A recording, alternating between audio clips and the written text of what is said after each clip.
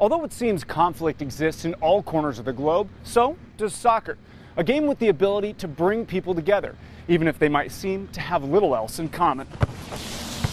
Around 3:30 in the afternoon, on any given day, this dirt lot transforms into something beautiful. It's all about friendship. Surrounded by barbed wire, a bunker, and soldiers standing guard from above, a whistle blows, and a game begins. All right, back. From the sidelines, the differences are obvious. We speak like 4 or 5 different languages between all of us. But once on the field, their differences fade away. It doesn't matter where you're from, what you believe in, or why you're here. There's only the game. The only language you need is soccer. With each dribble, pass, and shot on goal,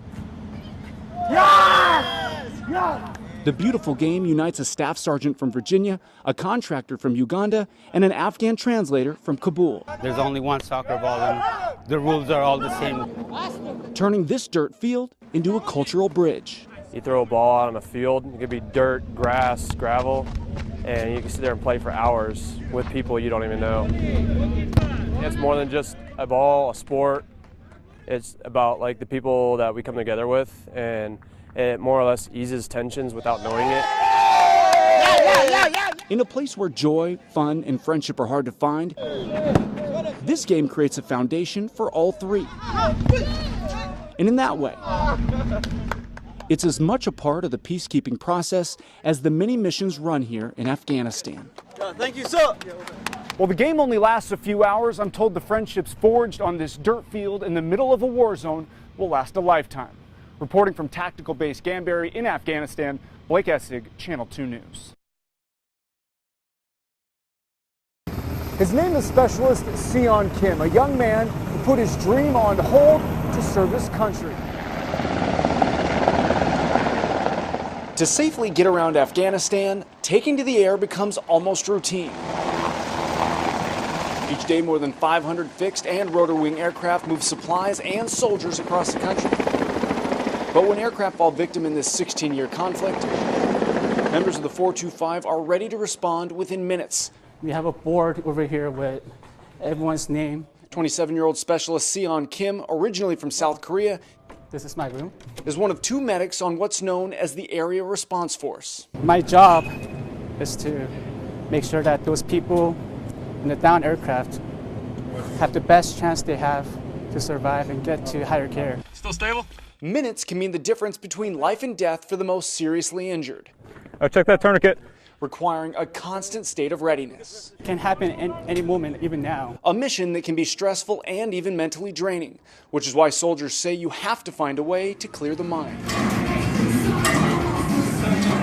And for most, that means spending time here, hitting the weights. As for Kim, he frequents the gym too. Let's see, where should I play?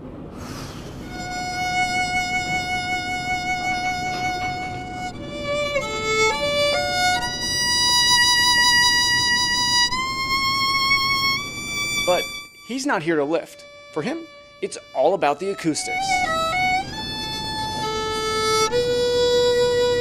Kim's been playing since he was 9.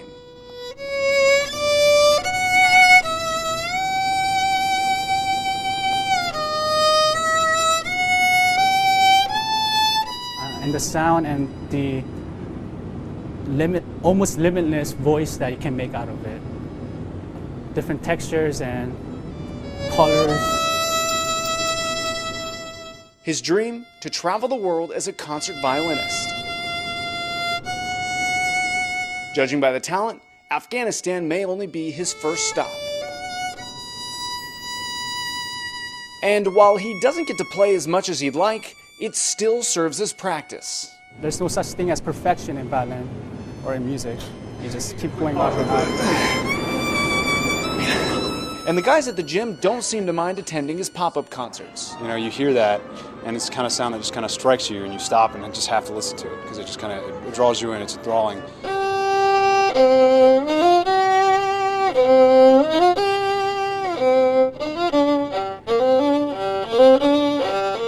To keep that audience, he even takes requests. So we asked him to play certain songs, whether it's AC/DC or the theme song to Game of Thrones.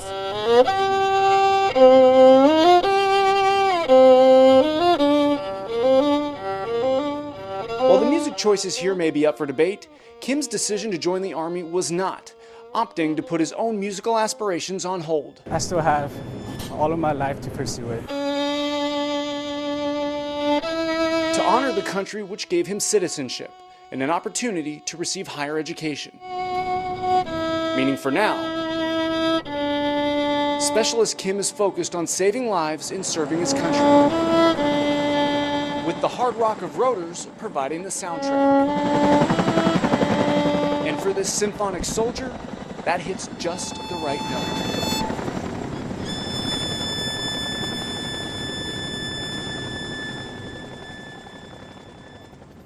Specialist Kim still has another 2 years of service to complete. He says once he is done, he plans to continue pursuing his dream of traveling the world and becoming a concert violinist. Reporting from Bagram Airfield in Afghanistan, Blake Essig, Channel 2 News.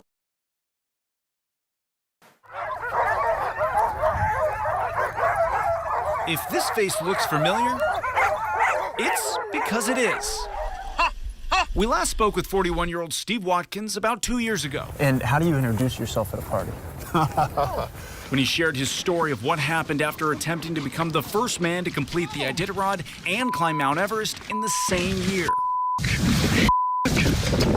While he completed the Iditarod, the Everest part didn't go so well. I ended up in an avalanche. I survived, but unfortunately, I lost 6 members of my team. It was pretty harrowing.